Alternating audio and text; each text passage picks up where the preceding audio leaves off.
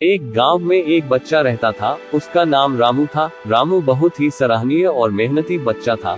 वह गांव के सभी लोगों की पसंद था। रामू के पिता एक गरीब किसान थे। वह खेती करके परिवार की जरूरतों को पूरा करते थे।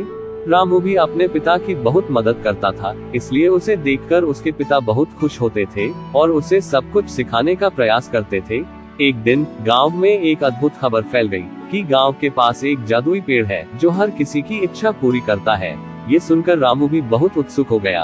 वह उस पेड़ की तलाश में निकल पड़ा।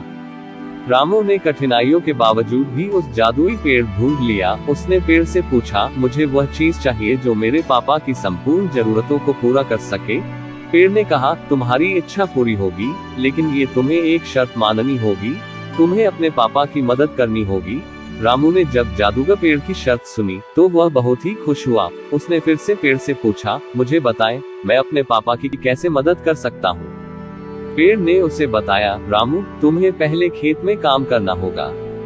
तुम्हें अपने पापा के साथ मिलकर फसलों की देखभाल करनी होगी।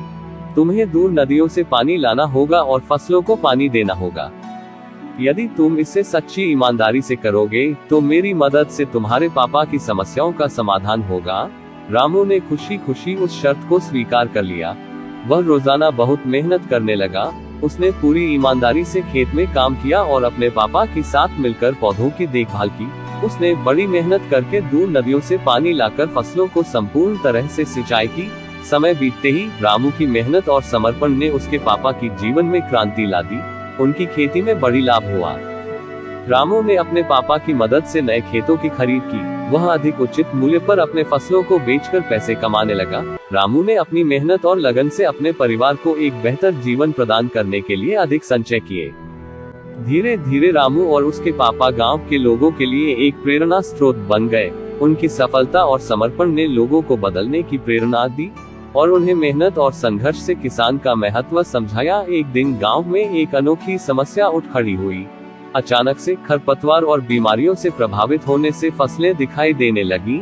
लोगों ने खेती की विभिन्न तकनीकों का उपयोग किया, लेकिन कुछ नहीं हुआ।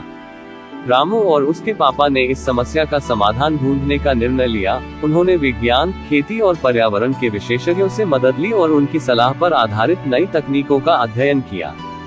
उन्होंने कठिनाइयों का सामना किया, लेकिन वे हार नहीं माने। रामू ने अपनी पूरी मेहनत और अध्ययन की मदद से नई तकनीकों का उपयोग करना शुरू किया। वह बीमारियों के प्रतिरोधक क्षमता वाले फसलों को उगाने के लिए जैविक खाद और खाद्यान्न का उपयोग करने लगे। धीरे धीरे रामू के प्रयासों ने फल दिया। उसकी फसलें मजबूत और स्वस्थ होने लगी। लोग उसके बारे में चर्चा करने लगे और उसे गुणवत्ता की उच्च स्तर प्राप्त करने के लिए सराहना करने लगे। एक दिन एक गणित संगठन ने एक विज्ञान प्रतियोगिता आयोजित की। इस प्रतियोगिता में विद्यालयों और कृषि विश्वविद्यालयों के छात्रों ने भाग लिया। रामू ने अपनी तकनीकों के बारे में प्रस्तुति दी और जीत हासिल की।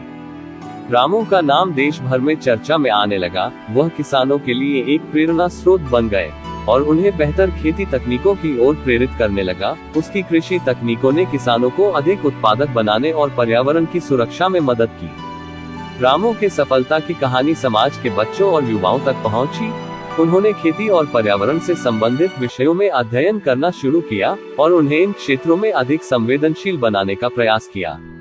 रामू की योग्यता और कौशल ने उसे एक प्रमुख अध्यापक के रूप में विश्वविद्यालय में नौकरी प्राप्त करने का अवसर दिया। वह युवा पीढ़ी को प्रेरित करने और उन्हें नवीनतम खेती तकनीकों के बारे में शिक्षा देने और उन्हें ग्रामीण क्षेत्रों में रोजगार के अवसर प्रदान करने का प्रयास करने लगा।